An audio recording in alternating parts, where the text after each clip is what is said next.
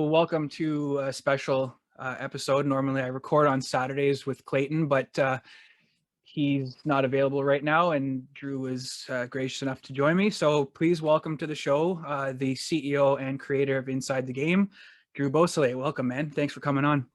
Yeah, no problem. Thanks for having me.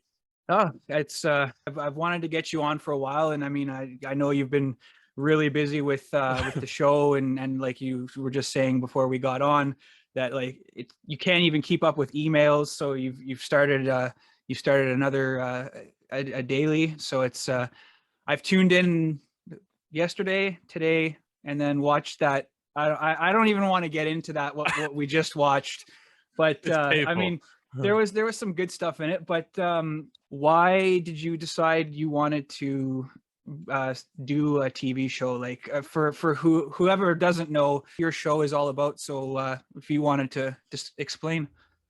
Yeah, for sure. So Inside the Game is a weekly TV show where I get together with a bunch of friends of mine and we talk about the video game industry. We'll do everything from developer interviews to voice actor interviews, as of recently with Jane Perry and David Bateson from the Hitman series, to reviewing the latest games, VR, you name it, we have it all covered. And basically the why, I guess, is because I want to talk about video games, Brad. It's really what it comes down to, right?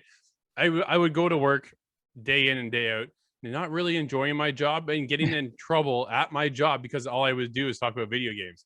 So I had a couple contacts over at Rogers TV, reached out to them. I had a show actually a long time ago, and we were covering the world of video games in a half hour. And when I launched it this time around, so this was probably another, I want to say 6 years later, something along that line. We've now been up and running for 3 seasons. This is our third year with Inside the Game. And Rogers TV, I approached them and said, hey, I want back on. I want to start making the show and I want to produce an hour long. And they're like, are you sure you want to do an hour? I said, absolutely. There is so much to cover. It's hard to cram into half an hour. And this is spawned into just opportunities galore, and it just excitement. The world of video games is ever growing. Like, it's just nonstop, right? Like, that's what I said to you. My email is just constantly full of new stuff to talk about. And this then spawned into ITG Daily, which is another TV show we produce every single day, where we actually cover it live over on our Twitch channel, twitch.tv/theofficialITG, where there, Scott and I, and as of today, Corey and myself, we're actually live for a half hour covering everything in the world of news for video games. And then from there, it goes later to all of our TV networks. And, you can find us on Roku and Tubi and all these other platforms that are out there, and local channels as well. So yeah, it really came down to the fact that I want to hang out with my friends, talk about video games, and not get in trouble. So I started a TV show. I know when I was talking with Nate a couple of days ago, and he was mentioning that, like, with the original YouTube channel, the Iron Sight Gaming, and I remember tuning into that as well. And like, I didn't even know that you guys would do that over lunch, because he said it, like, he would get in trouble because sometimes it would just go past, like, you guys got so into it that it would go past lunch break, and then his bosses were like, okay, like, you have a real job. So yeah, no, for sure. So I said to Nate, because that was after, so the original TV show kind of dissipated and whatever, but I always kept my contacts with me, kind of thing, right? And I always had that urge and idea of I wanted to talk about video games. So Nate and I kind of run into each other at work, and I said, hey, dude, I got these people that I probably get a couple codes from them, and we can start reviewing games. And of course, Nate's a huge gamer, so him and I got along real well. And then that's what every lunch hour, it turned into us tossing up a green screen behind us and then talking about some game we're reviewing that day or whatever we're talking about, right? So yeah, we'd have an hour to record all this stuff. We got some different equipment and we made it work, but it was a disaster to think about now compared to what we're doing right now. That's funny. No, you guys have definitely come a long way. And I mean, even when the new show, not your new show, but when ITG started, like, just the comfort level that you guys did, like, start off, like I mean, I'm still, like, talking to you and I'm like, what should my next question be? And I've got it going through my head. But like, when you guys were doing the trade shows and stuff, like, you could tell just almost see the nervousness, but like as your series has gone on, like it's so smooth. And I'm not saying it wasn't smooth before, but Oh, dude, like it was it's not just smooth. you guys just like everybody just got so comfortable with what they were doing. So it's like it's I'm not I mean obviously I'm not there, but like watching it every week, it's like these guys are doing really good. And it's gotten better and better to the point, like you said, you interviewed Jane Perry and Agent 47, which is like one of the coolest things I've seen. Like I can't even imagine like your nerves when talking to them, because it's like, are they allowed to say this if I ask this, or am I crossing a line if like without knowing that I've asked something that I'm not supposed to? Like how do you prepare yourself to interview somebody like that? It depends. Most times I don't, to be honest. I really don't. I go in pretty blind and pretty open. You got to be able to talk on the fly, I guess, is kind of what I've learned as I've done this. I want to make the show is all about kind of being open and natural and have a natural flow to it, right? So we don't prepare off script. There is no predetermined. Sometimes there are predetermined questions for the interview, but even that's pretty rare. Going in with Jane and David, it was just a simple, straight up conversation, and that's basically how I want our show to be perceived as. It's just people hanging out, talking about what they love. Yeah, and I think that's kind of been our main goal throughout the whole thing, and that's how my interviews will flow too, right? And then when the guys are getting into this stuff as well, and they've done a few because we've been able to go to trade shows, but as of recently, obviously because of COVID, it's put a damper on everything. So I've been the kind of the one focused on doing all the interviews, but I don't usually prepare at all. I want to go in pretty open-minded to what the developers are talking about, or in this case, what Jane and David are.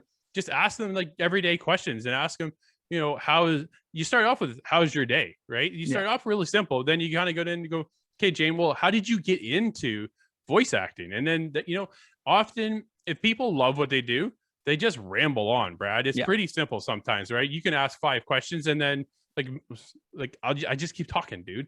And that's what they just do, right? And then if they love it, there's been a couple times where I'll get into an interview and the people it's like pulling teeth, right, to get that answer out of them. Yeah. And those ones will end a little bit abruptly or a little shorter than you anticipate. But when you have the passion behind what you're doing, it's pretty easy to talk about it too.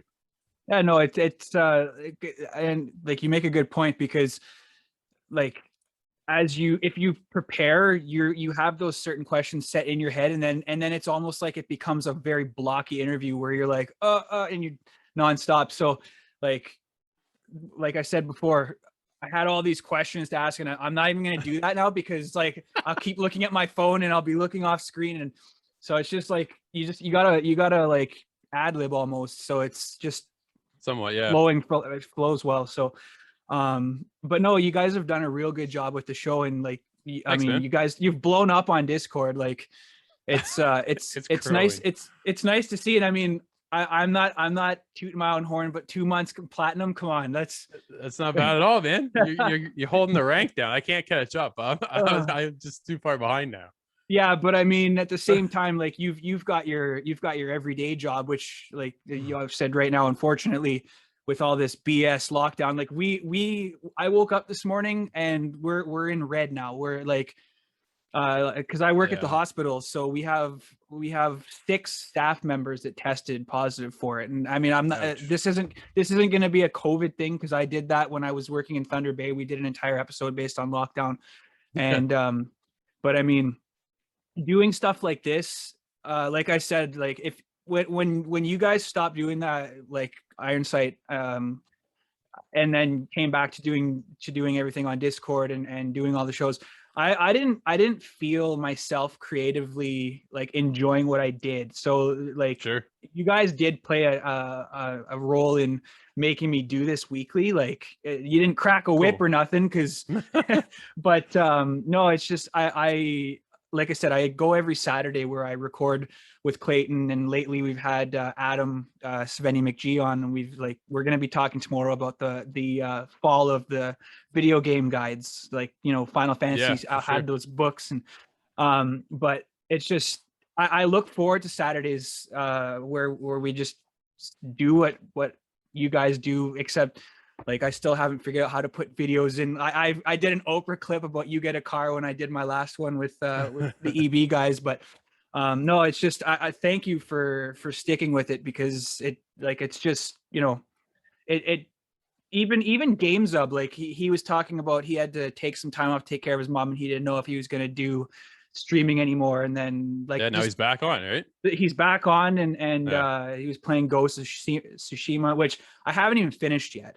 Come on, Brad, really? You know what though? Dude, put your Cyberpunk down and go finish that.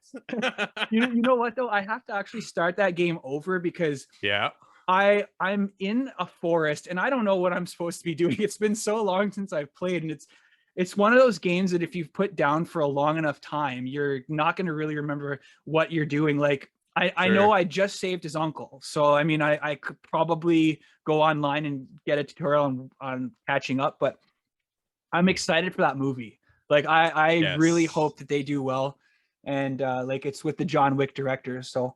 Dude, how can they yeah, of course they can mess this up. Like we've been talking about it all week. Games getting transformed into movies and things just don't really mash up very well, right? Like we talked about it, when you play a game, you're in there for like 40, 50, even sometimes over 100 hours. And then how do you compile that down into what, 2 hours, hour and a half, maybe 2.5 tops? Yeah. And it sometimes just doesn't work, right? But I think here there's a core concept with Ghost of Tsushima and how they can proceed that and change the direction slightly just to compile it down to that movie length. And I think that dude, there's so much they can do and hit this one. This could be like the standout. I saw the Assassin's Creed movie. That was awful. Don't like, it's just not, there's so many bad game movies out there. Oh yeah. They're so bad. Yeah, it was. And you know what? One of the video game movies that I find kind of slipped under the radar. It wasn't a bad movie, but it wasn't great, was Warcraft. Oh, see, I haven't seen that one. Oh, see, it's I think it's still on Netflix. It's like it's not bad, but it's obviously not good enough that people remember it. Yeah, but it was, I think it was well done. I mean, it was oh no, I did watch that one, dude. You're right. It wasn't that bad after all. Actually, we kind of enjoyed it. It was kind of like a Lord of the Rings almost feel. So I mean, I enjoyed it. And the only thing that I liked about Assassin's Creed was when he did the leap of faith, because I like that you can't have an Assassin's game or a movie without doing that. But no, for sure, like video game movies have had a very bad rap. With the exception of a few. Like I said, Sonic was amazing, and well, amazing is a stretch. It was good. It was good. I enjoyed that too. Like I like the references with Sonic and the Blue Devil and all that, and like the drawing that he did. But the one movie that I'm actually really excited for, not just because it was filmed in Sudbury, but is Resident Evil. Yeah, that's not my style at all. That's the spooky stuff, man. I'm out. Yeah, I'm not for it, but I mean the fact that like it was filmed in Sudbury, and it's gonna be a tough thing for them to do though, because they have to combine the first two games into like 2 hours, because that's what it is. And the title though, Welcome to Raccoon City. Come on, what is that? No, that's definitely a mistake, right? You're gonna get that, and people are gonna look at it and not even know what they're talking about, right? Because if you're not a Resident Evil fan, you'll have no idea what that means. It's like Resident Evil 8. Like I get why they threw the 8 into Village, but it seems like they're getting away from that whole zombie thing, because now, from what I've seen, it's vampires and werewolves, which has been so overdone. Mind you, zombies have too. Sure. But it's just, I don't know. But getting back to Ghosts, like they've already got the cast. Like, so I was reading on Twitter, someone's like, well, who would they cast for Jin? And they're like, well, why don't you get the actor that did him? Like, he looks exactly like him.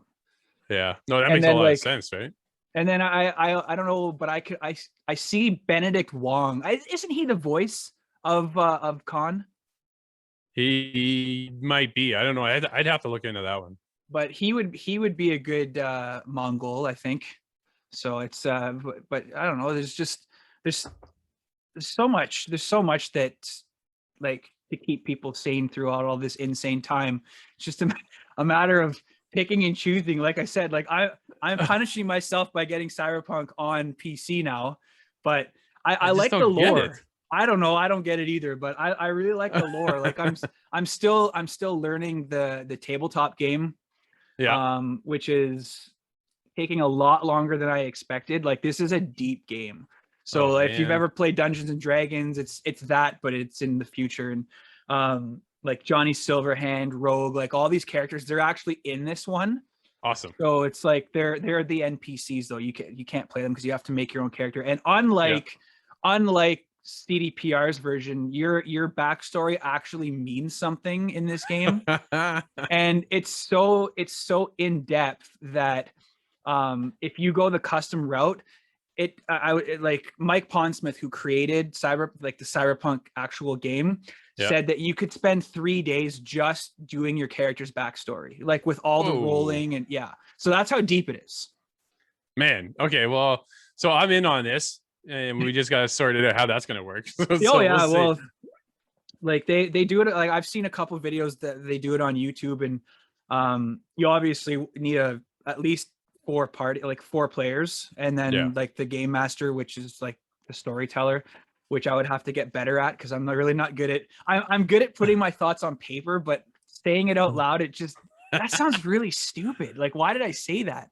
Yeah. But yeah, once I get that all figured out, I'll definitely get something going. But um, I've always wanted to ask, what's your favorite game that's out right now? And then the flip side to that being what game, and you can't say Cyberpunk because we can both agree that Cyberpunk has merit and it's not a horrible game, but what would you Sure. say is the worst game worst game that you've reviewed, best game that you've reviewed, and best game that you've, in your opinion, stands out more than anything?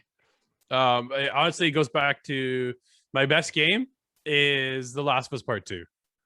For me, that was my game of the year last year. That hit on every aspect I was hoping for, and it has those jaw-dropping moments right from the get-go and carries you through to the end.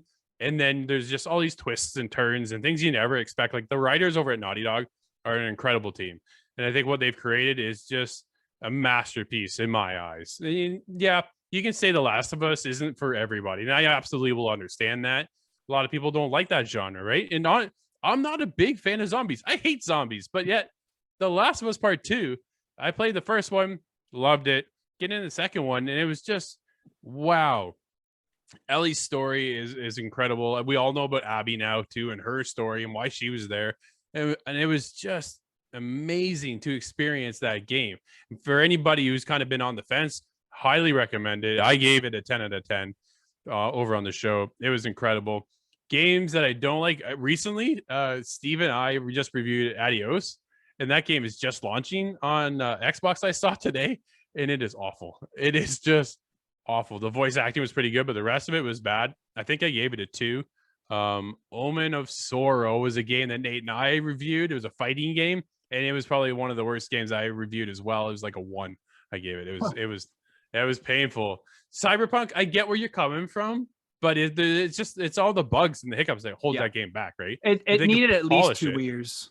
Oh, yeah, exactly. And then you would have that masterpiece that would be standing out, but they launched it too soon. Mm-hmm. And it's unfortunate. But yeah, Last of Us Part 2, man. Wow, what a game. Have you played it, Brad? I haven't played. I'm not, and it has nothing to do with Cyberpunk. Like I have the PS3 and the PS4 version behind me. Yeah. I watched my buddy play it when he came to visit me when I was still living in Sudbury, and I was like, I thought it was cool, but it didn't grab me. Like I don't know. You talk about zombie games. I really, really, really like Days Gone. I thought it was Sure. I mean, it wasn't like a masterpiece by any stretch of the word, but No. they took this game, they made it like a GTA style where you're not fighting zombies, you're fighting freakers. And which are pretty well zombies. Well, that exactly, but like they're smart, like yeah, they're smart, like the ones that were in Dying Light. Like oh man. I didn't ever play Dying Light. Like I shouldn't say I didn't play it. I played it for a couple hours, and I don't know. I'm like you. I'm in the same boat. Like I like the idea of zombie games, but a first person parkour game where zombies are literally running after you, It's jumping from building scary. to building doesn't sit well with me. No. So, but I really enjoyed Days Gone, and like the fact that you can upgrade your motorcycle. You have to upgrade your motorcycle because otherwise you can't get from point A to point B very well. You have to go to all these gas stations. You have to clear all the freakers out. But like, yeah, I'm not a huge zombie guy. So like I know in Days Gone, like, or not Days Gone, sorry, The Last of Us, it's like another survival game. You're In a sense, yeah. they're I can't remember what they're called, but they're zombies. Clickers. Yeah, they call them clickers. Right. Same thing though. Really, it is just essentially a zombie. So but there's so many games that are out. Like I have the entire Yakuza series and I'm still playing through Like a Dragon. I mean I like it. They've taken that series and they've gone from a beat 'em up, which is what they were known for, to a JRPG. Yeah. So you run it. Have you played that one? No, so I've jumped into a little bit of Yakuza. But I can't get into it, man. It's so over the top for me. I have a hard time connecting. Yeah. Like, but I mean, if you like Shenmue, then you're gonna like that series because it's kind of like a spiritual successor. Without Shenmue, there'd be no Yakuza series. But yeah, no, I agree. Like, it's some of the stuff. It's like you one of the characters in one of the games takes a sledgehammer to the head 4 times and he still lives. Like, how is that possible? One sledgehammer to the head kills you in a normal person. But no, there's so many good games that are out, and it's like we're at the point, like I've got like I've got all that, and then like all Switch stuff over there. Nice. Like, am I ever gonna play most of them? Probably not. But no, I'm just gonna adjust my camera. But like my collection used to be a lot bigger than that. But you gotta preserve. I'm a download guy though, right? Yeah, like I know. I'm the opposite from you. I don't have all that collection. I have the collection, but it's all on hard drives. That's the difference, right? We received codes for the show, and it's freed up more for my collectibles, which you can see behind me, right? Like it's all that kind of stuff that I like to showcase and have up front. I'm always looking for more stuff too, right? Like there's so many cool collectibles. Big Assassin's Creed guy. So for me, it's always looking for, there's a few I'm still missing. I'm like, man, I got to get them up on that shelf over there. But yeah, for us, like it's well, I don't know. I've received a bunch of games today, right? But they always come in as codes because we're part of the press, because we're part of the media. It's just easier now, instead of sending out a disc like they used to in the old days. Like I've gotten those too, but now it's just, well, here's a code. How many codes do you need? Okay, you need this many. Boom, here you go. Yeah. So things like that. It just makes our life a lot easier too, and then I can distribute to our guys so they can have it to review on the show and things like that, right? Is there ever, like, have you ever been given a code where it's like, beforehand that it's going to be garbage and you still have to review? You don't have to say any names because obviously, but I mean, like, have you ever had that? It's like, oh, thanks. Like, heck am I going to do with this? This game's going to suck. Well, yeah, there's been a few that show up, but not many, right? Like typically I'll be the one who reaches out and asks for the code. So I'm already reaching out because A, I think our viewers will like it, or B, that we'll like it. So there's always usually a purpose behind it, but I have received the odd code out of the blue. I'm like, ooh, I didn't ask for this one. Like, why did I get this one? And then when when there's a game like Cyberpunk where you don't even get the code, and you just know, like because I remember that, again, talking about this game, which they still haven't even released the patch that was supposed to come out today, and there's been no updates. Yeah. So that's why I don't think that they blamed this cyber attack. I don't think that they were ever ready to release this patch. And like you guys were talking about Fable. We'll see Fable before we see Cyberpunk 1.2.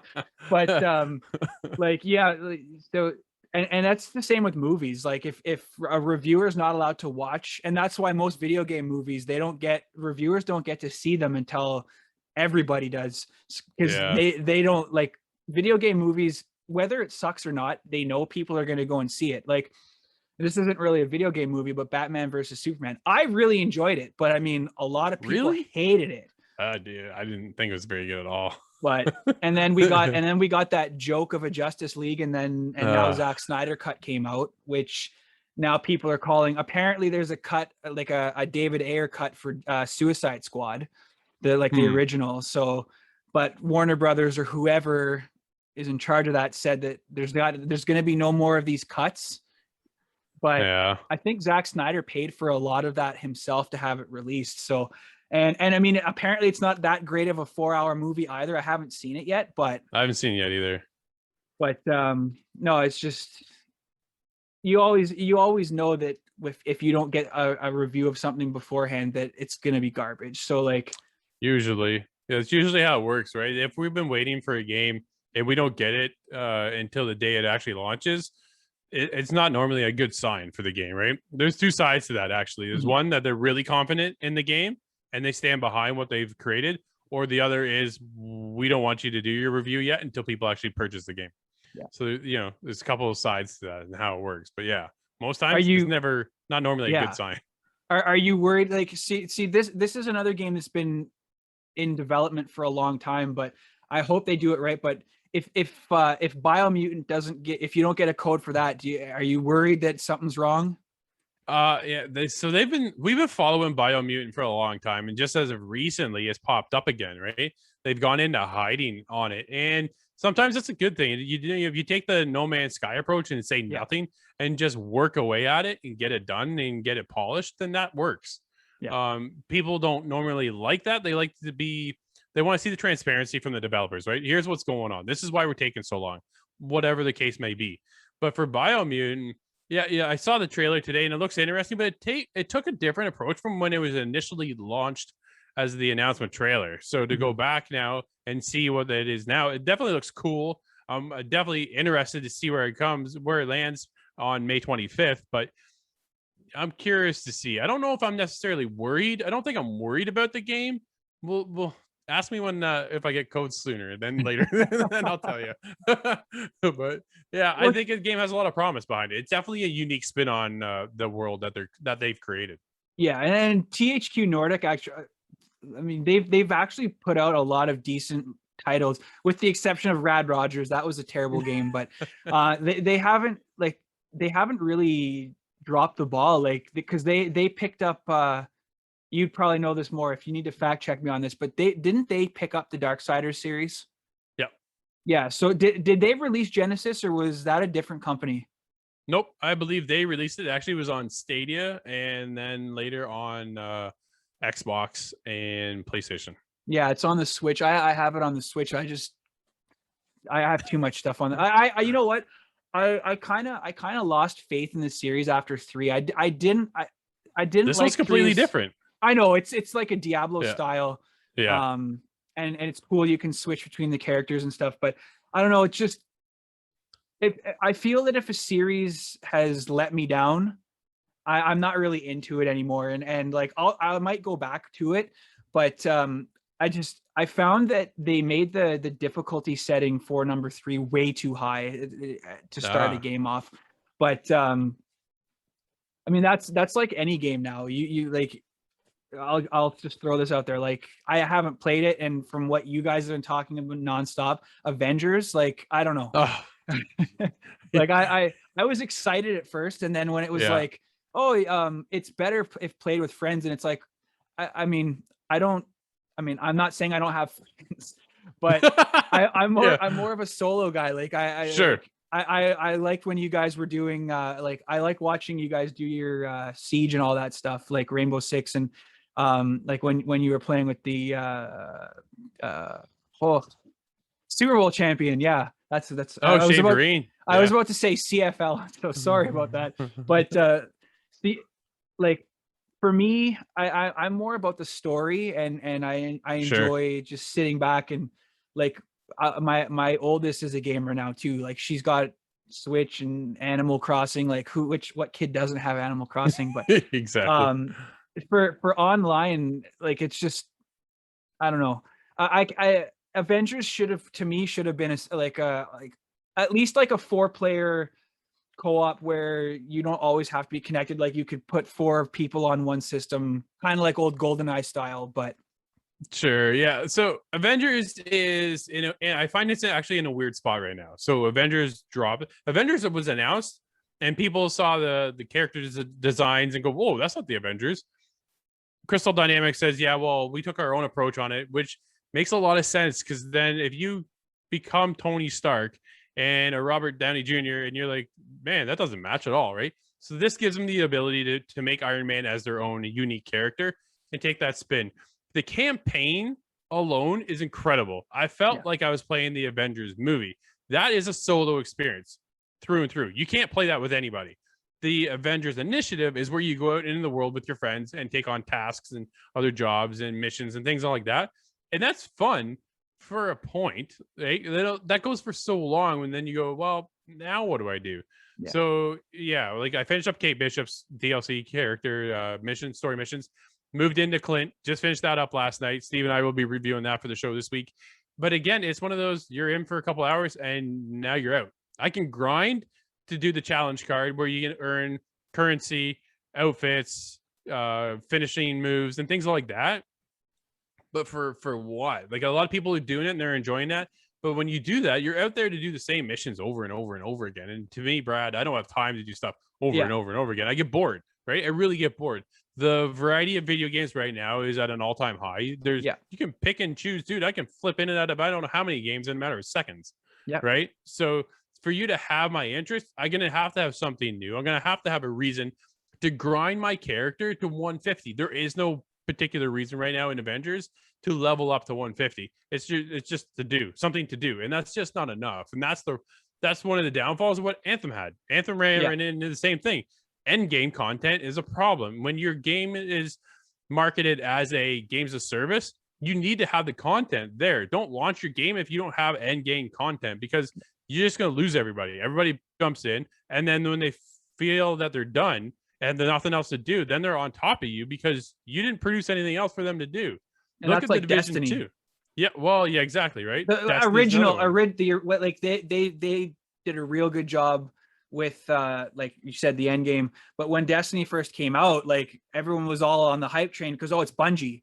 They did Halo, and like Peter Dinklage was like, he's a great actor, but like it almost seemed like him as Ghost was just, it was out of like, it just didn't fit. And then they brought in another actor to do everything, but Nolan North, but I found like I lost interest in Destiny so fast. I think within an hour I was done. I was bored, and I tried, like Nate was the one that got me like amped for Anthem, and like I tried so hard, man, just to like that game. I liked it, but it was the same. Going into one area, like it almost, Anthem had a first person feel similar to Dragon Age 2. Like it was like it wasn't open world like they said it was going to be, and that was the problem with Dragon Age 2 is you go to one spot 16 times and the objective is slightly different. So no, that's fair. Anthem is one of those guilty pleasures for me. It's now, I deleted it from my console, but it's still one of those. I deleted it when the minute they said they're shutting it down. That's when I gave up hope, because they were rebuilding it. EA and BioWare were rebuilding that game from the ground up, more or less. And dude, it had so much promise, and then they just pulled it, and that was a heartbreak. But Avengers is right now in the same boat. They have a roadmap now that they showed us. They have the Wakanda DLC expansion coming, which looks incredible. We've only seen a bit of a teaser, but if they can have us introduced to a whole new world, a whole new character, again, but how long am I going to be there? If there's nothing else to do after, then what's the point? The Division 2 always has something else to do. That game keeps that whole community going all the time. And then I haven't seen anybody else do it like them since. Massive is on their own level right now. And I think too, another issue with at least the PlayStation version of Avengers is they announced Spider-Man before it was even ready, and now apparently this DLC is delayed until 2022. So like why would you get so much hype up behind this? Like if they were smart, they should release it alongside Spider-Man No Way Home. Like I don't know, but I mean, now for whatever reason it's not coming out till next year. So. No, Yeah, and it's PlayStation exclusive, right? And that was a purchase between PlayStation and Crystal Dynamics because PlayStation owns Spider-Man, right? Your Sony owns Spider-Man. So they're able to take that license and keep it to themselves. And Nate and I were talking about it the other day. So what's Xbox get? I said, as of right now, nothing. Like you really don't. I bought Avengers or got Avengers for PlayStation because of Spider-Man. Yeah. Right. That just changed the whole mindset of where I was getting that game because you can't get Spider-Man anywhere else. So hey, you guys got Bethesda. Let us have Spider-Man. and apparently Discord. Apparently that sales could happen next week. They said so. $10 billion, man. Can you imagine? Isn't that something else? The only thing Microsoft needs to do now, and I highly doubt this will ever happen, is buy the Roblox company, because Roblox is worth more than everything that Microsoft is buying put together right now. And we're going to be doing an episode on microtransactions, and it's crazy how stupid BMW is doing microtransactions. But I'm not going to get into that because I want to save that. But Microsoft is on a buying thing, and it's like Nate said, like Sony Sony will respond some way in only way Sony can. Nobody knows what it'll be, when it'll be, but it will happen. Like that's just how Sony is. And who knows? I mean, I was lucky enough to get my hands on a PS5. I did, like I did mention to you and Nate, like I joined the dark side a while ago, but Best Buy ended up canceling my Series S because the X was sold out right away. And I had pre-ordered them at the same time, and I guess they figured, well, he only needs one console. So I was glad that they canceled that one and not the PS5. But there's been nothing really out that's warranted any reason to purchase one of these new systems yet. Stuff will happen. But I mean, every game that you can get on last gen. Everything I'm playing right now on my Series X or my PlayStation 5 is all last gen content.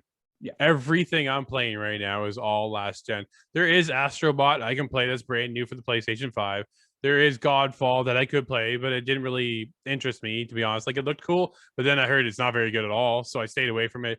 But there's really nothing out right now that warrants the purchase of a new console. Yeah, it's faster, right? It's more powerful. Of course it is. It's a new console. If it wasn't, then why would it have a new console? You might as well just stick with the old one. But that's the only thing you're really getting. Higher frame rate, better resolution, all that stuff.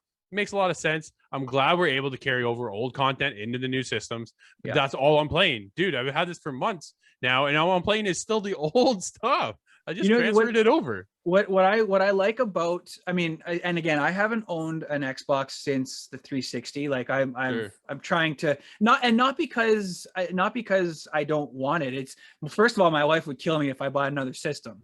Like she was nice enough to let me have a gaming laptop, so I'm not pushing my luck there. But what I really like about the PS5 is the dual sense, and I mean, putting in Watch Dogs Legion and like just the hairpin trigger for the gun. It's such a cool feeling when it kicks back at you. And have you tried Watch Dogs on PS5? I have it on Xbox and PC. So neither one of those have the haptic feedback on there. I was playing the other day. I was playing? I was playing with my kids. I was playing Fortnite, and it has haptic feedback on there. Mm-hmm. And it was annoying. I actually found it annoying because when you pull the trigger, you can pull it halfway down and then it stops you. Like, it just comes to a halt, right? It doesn't give you that feedback that I was really kind of anticipating, but it blocked me. And then I really had to force the trigger. Cool idea, but I have that simple pull to halfway on the trigger. And then I had to really kind of force myself to get through the rest of it. I'm probably going to turn it off if I'm honest.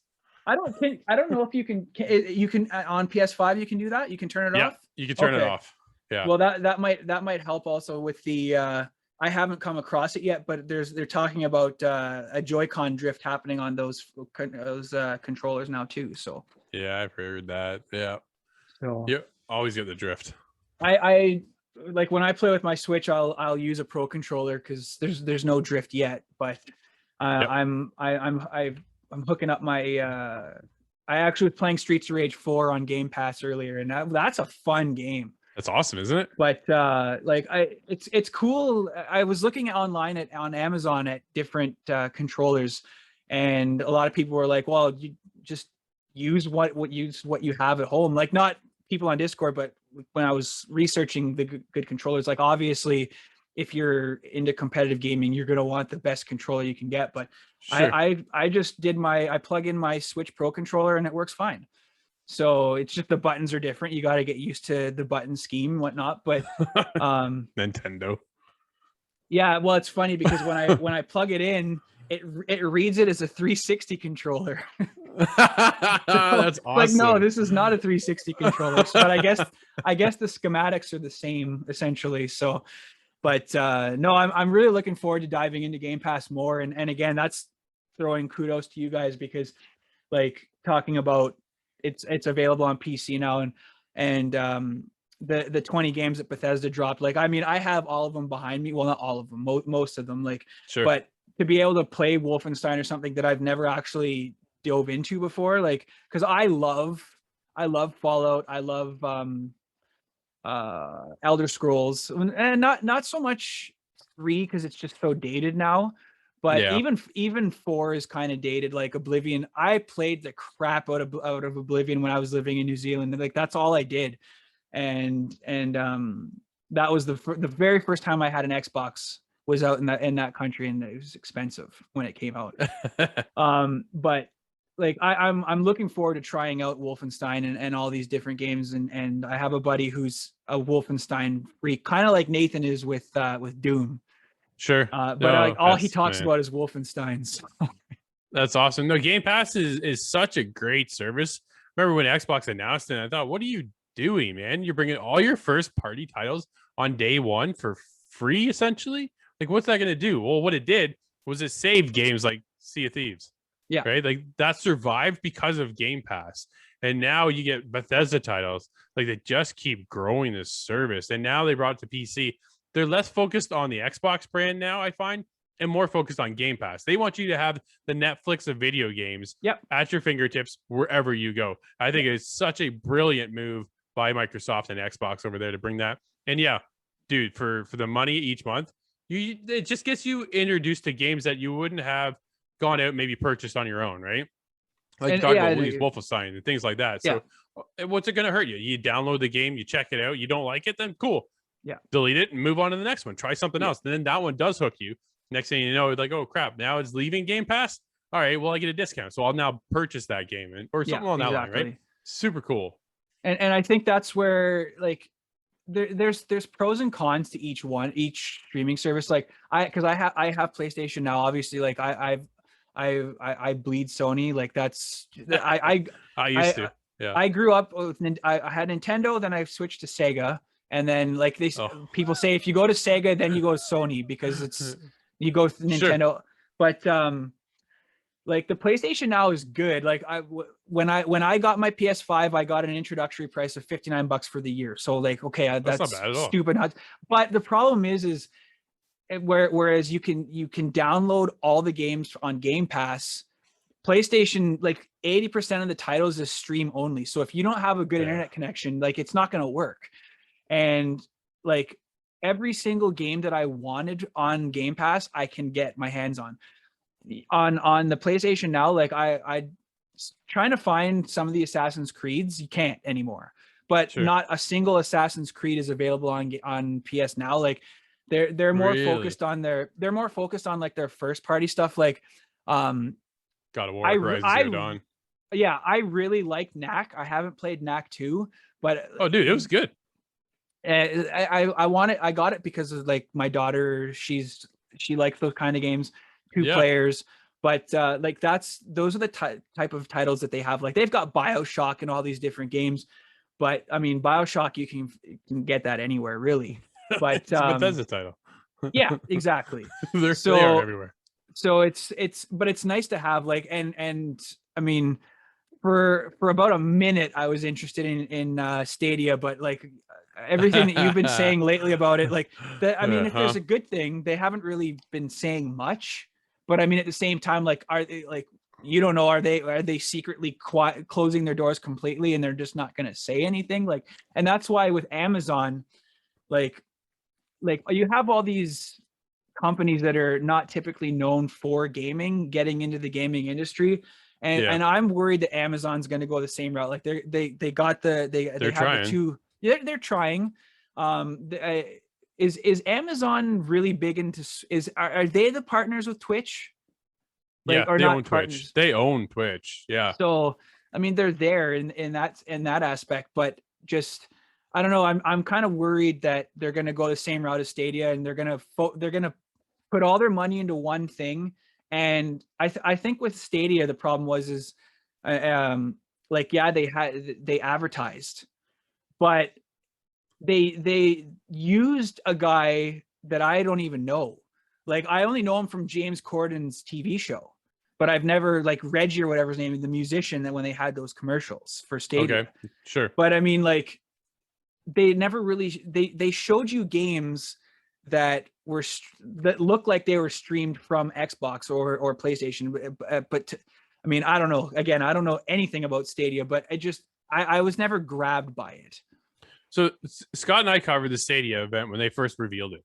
Instantly had us hooked. Now, the premise of when they first announced it versus what we ended up with were completely different.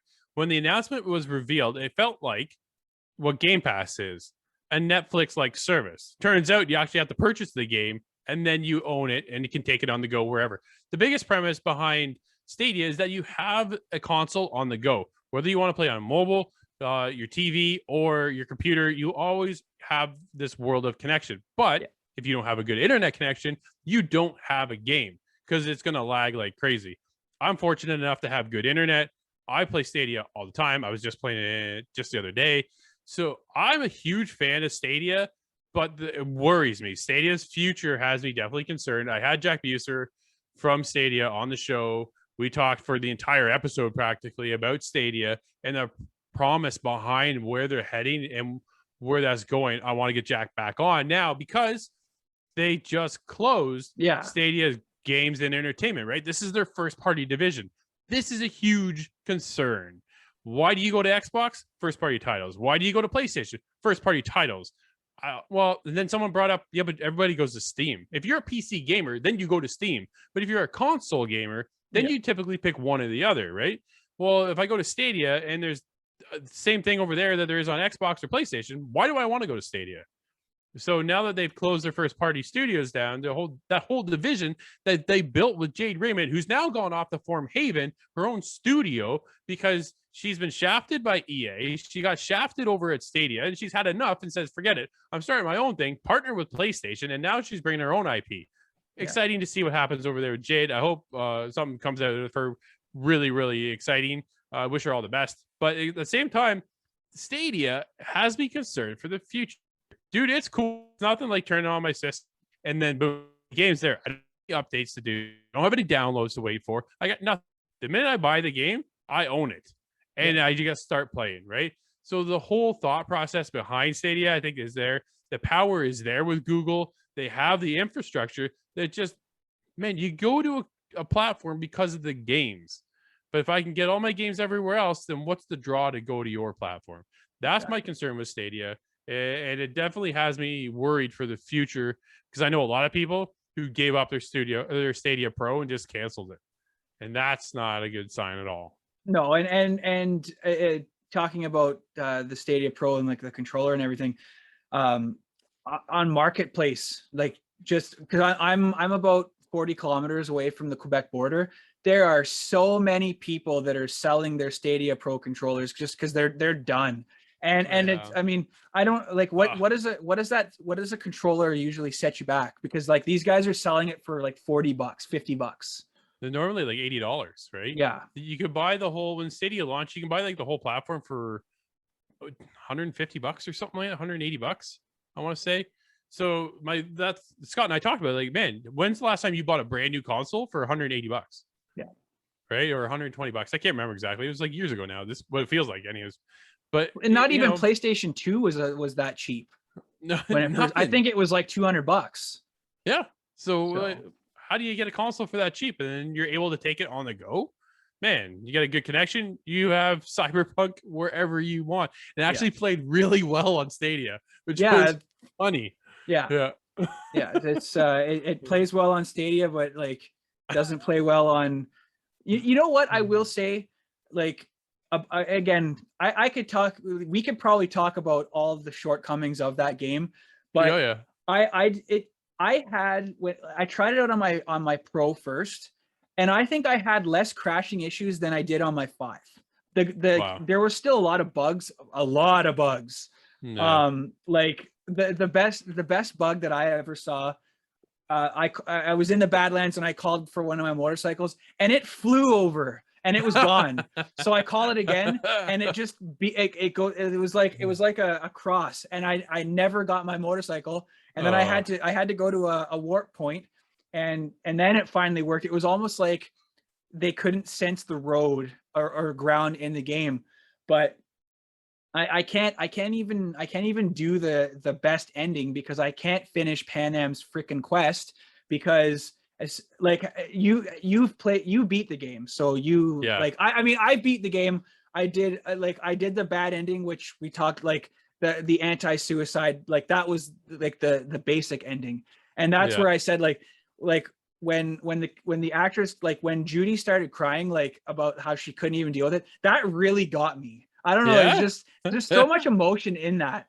But the other ending that I got was the one where you go with Mr. Blue Eyes, where you become like the King Fixer. Spoiler alert for anyone who hasn't played. Like that's apparently the secret ending. I didn't know that. Gotcha. But like I can't finish the Queen of the Highways thing. Pan Am is sitting on air in where you're supposed to finish the quest, but she's looking for she's looking for your drink, but you can't say like give me a lemonade or give me a beer.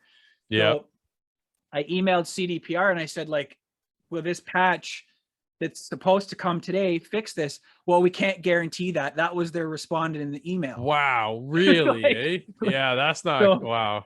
That's oh man. I finished Pan Am's story. I got lucky. I was able to finish her. As far as I'm concerned, I think she's one of the best characters in that game. I think Rogue is a cool character, but we didn't see enough of Rogue to actually, help have her shine. And Johnny Silverhand, his girlfriend there too. What's her name? Alt?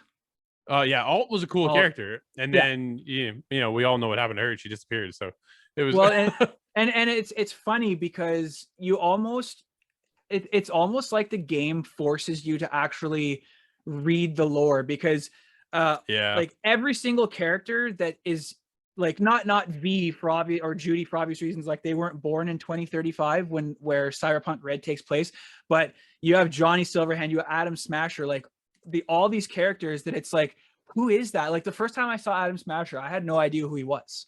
And like he plays such a predominant role, because one of the stories, if you follow, like if you want to go that route in Red, is where he kills Johnny. Like not kills him, but I guess he kills Johnny.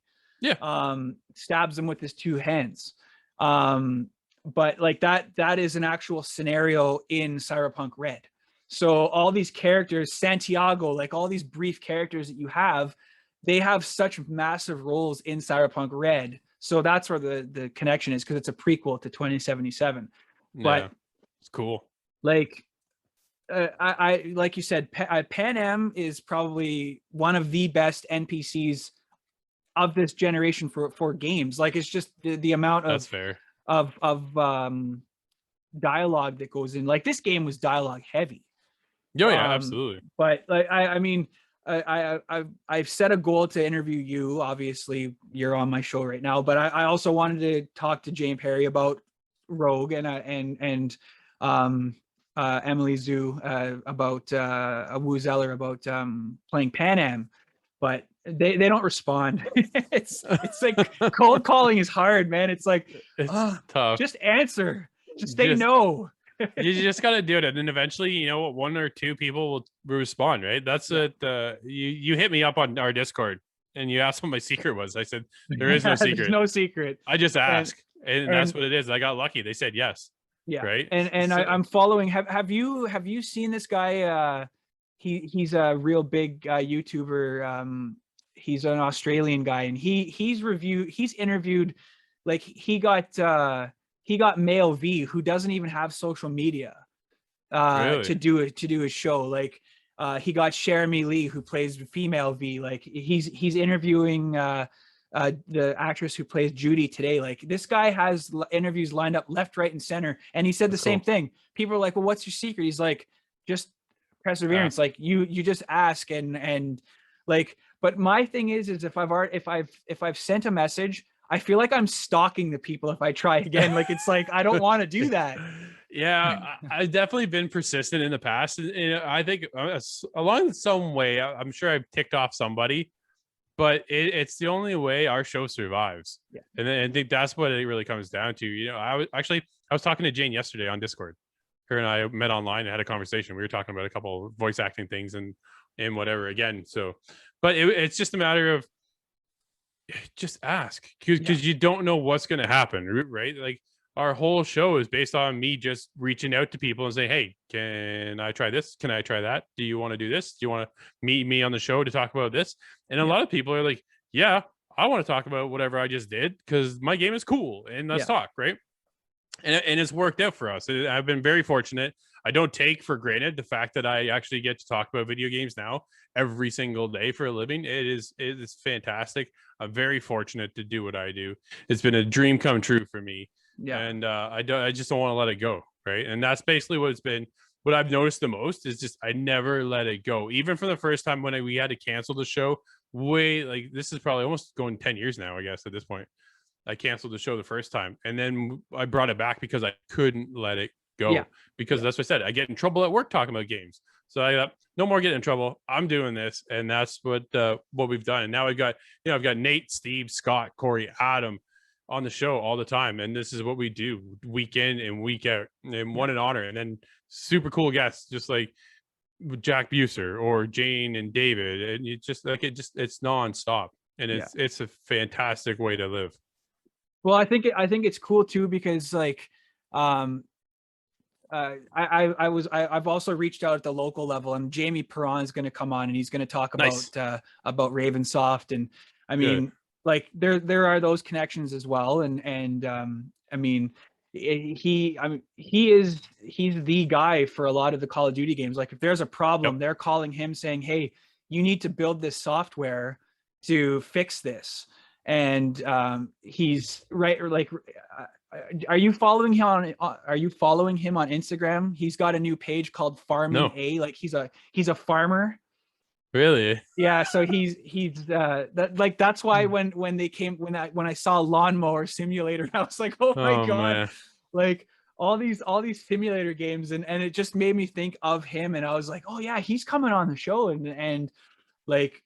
I mean, obviously, there's a lot of stuff that he can't talk about. And that was one of the things at the expo when he did his panel. A lot of people were, well, what was the point of having him if he can't answer? Well, you don't ask questions about future projects. He wants to talk about like Black Ops 3, I think, is one of his like pride, because like that was like not his foray into the series, but because he did some games before that, but like Call of Duty is what he's predominantly known for. And I mean, not in the director sense, like he builds these tools to make the game flow better. So it'll be cool to have him on, because just to get a developer's aspect on how much time goes into a game before it goes off to the voice actors and all that. And like I reached out to Angry Appa from Kim's Convenience. Okay. Paul Lee, because he actually voiced Jung Park in both Rainbow Six Vegas 1 and 2. He was the Korean expert, and like he's gonna be playing a big role in his own TV show now that Kim's Convenience got canceled. But with The Mandalorian, I guess he's got his own spin-off show based on the Republic X-wing pilots. So it's I mean, if he doesn't answer, then he doesn't answer. Like they're all big into their projects, but I mean, just it would be cool to talk to somebody about their experiences like that. Like you go from stage play to being handpicked by what the heck's his name? Drawing a blank right now. The guy Jon Favreau, who created the Mandalorian, like he picked this guy to be an X-wing pilot that actually took off. Yeah. So but yeah, it's all about trying, and you're gonna get rejected more than people are gonna agree to be on the show, and it's just something you have to deal with. So Oh, absolutely. Dude, when I told people I was doing a TV show about video games, so many people laughed at me. I'm like, well, if you're not into it, that's cool. yeah. But I know what we have, and I just followed my gut and my heart, and this is where we're at now, right? 3 years later, and Yeah. you can find us all over the place now at this And point. that was the same with us when we started doing the expo. Like, I mean, you guys came out, I think it was year 4 at Cambrian, and like the very first year that we did it, we were expecting around 600 people. We ended up getting like 1,100 throughout the whole day, and it was just in like at the college. We were only in that area that just the video games were, where the restaurant was, Yeah. and we knew we had something. And like we did more local people, and then the people that laughed at us for doing a show in Sudbury ended up coming out the second year. Like a lot of the southern, like Toronto is the epicenter of Canada, apparently. Yeah. So try like, but all it took was one person who came the first year from Southern Ontario to be like, yo, these guys are onto something.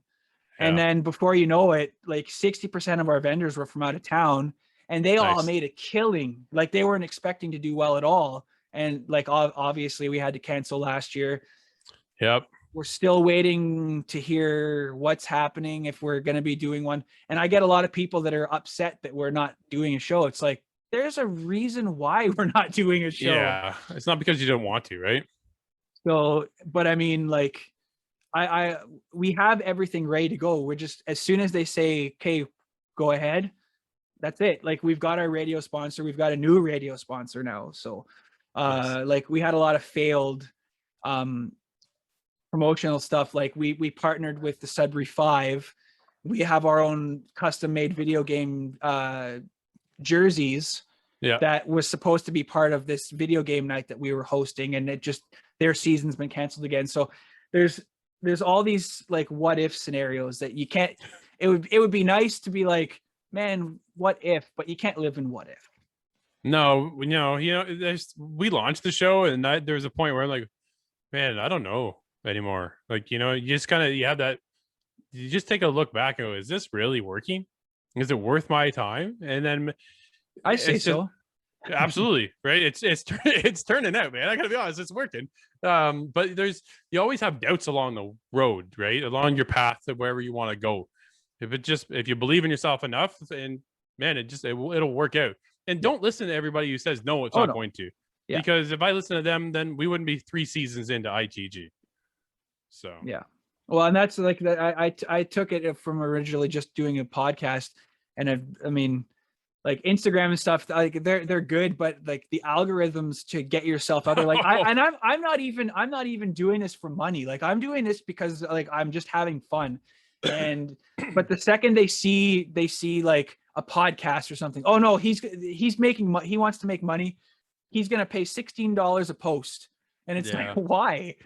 So like it's all about the hashtags, because it just takes that one hashtag to get it out there. And no, it's like I said, like for a long time I was just like, why? Like, do I really want to do this? Like, and like my buddy Clayton, he's basically part of the show with me now. Like the logo needs to change from Pac-Man to him or something. I don't know, but like he comes on with me every weekend, with the exception of last, because we were all busy last weekend. But and just like you said, talking video games, talking movies based on video games, like I it's fun, and like I just enjoy doing it. And it was the same with the expo. After our 3rd year, we had to take a step back and be like, is this really what we want to do? Like we didn't get the numbers. There was the hype just wasn't there. Mm-hmm. And then we just hammered down, and the 4th year was still our best turnout that we've had. And then we brought Scott Yaffe in for the 5th year. For people who don't know, he's Wink Yahoo from back in the 90s. And then last year, our theme for the show was females. So we had a lot of like Abby, who just joined the Discord page, is now a brand ambassador for Ubisoft, which I think is amazing. It's awesome. And then a lot of our vendors were going to be our featured guests that were just women, like females, and our guest was a professional wrestler who tried out for WWE and all these things, and it didn't work out. So like unfortunately, because like when we announced the show was a week before COVID literally shut everything down. Yeah, that hurts. Yeah. and then it's like my buddy, my show partner Mike, you've met Mike. Yep. Like he's got all the ideas written down on his book. Like I've got an old laptop that has all these floor plans and all. It's like, it's looking back, it's like that could have worked a lot better. Like you guys came the year that Sid did his he had the other side, like it was all his like video games. Was that the 4th year? I we were there the year that Jamie did his stage presence there too. That was NGE 5, because that was when Scott was there. Yep. So I don't know if you ever heard of Sid Bolton, but he was Canada's top video game collector. Like he had his video game collection was, I want to say that they estimated at $2.5 million. Whoa. Man. And unfortunately, he passed away a couple months after our show, because we were going to do a big thing with him the following year. But yeah, he also had the PC Computer Museum in Brantford. Nice. And just seeing these computers, I just, yeah, we were really looking. He was going to come back as like not a partner, but he was going to do another exhibit, and unfortunately that didn't end up working out. But and I don't want to look back at like the what if scenarios, because you live in what if, and it's just you'll get into a groove. But it's just gaming in general just is always evolving, and even trade shows, like if you want people to come, you have to do that next step, whether it be like we had even talked about doing a virtual expo, but we don't know anything about VR. Like building a program to have people come, like Ready Player One style. Like I don't think anybody's ready for something like that yet. There's just no program to get around that. So it definitely it would be tough, right? But you're starting to see everybody transition that way because of the pandemic. People aren't able to go to the conventions like they used to. So now they're switching everything to online, right? Like the guys that I don't meet in the studio anymore, we meet online, and that's how we're doing our show right now. And it's working. There's no doubt, like it's working for us. But I'm looking forward to the days getting back in the studio as well. Having everybody together is definitely a different feel than what we do right now each and every week. Yeah. So, well, again, I appreciate you coming. I hear footsteps upstairs, so that's the cue that it's the kids just finished school. So I really appreciate you coming on, and like I said, I was like all these plans, I got all these questions, and I don't think I asked any one of my questions. So it's just like the conversation was flowing, but I always devote the last say. Well, per se, I always get the last say, but if you want to plug your stuff, now is the floor is yours, as they say. Oh, wow. Well, thank you then. Well, you should definitely check us out, insidethegame.ca.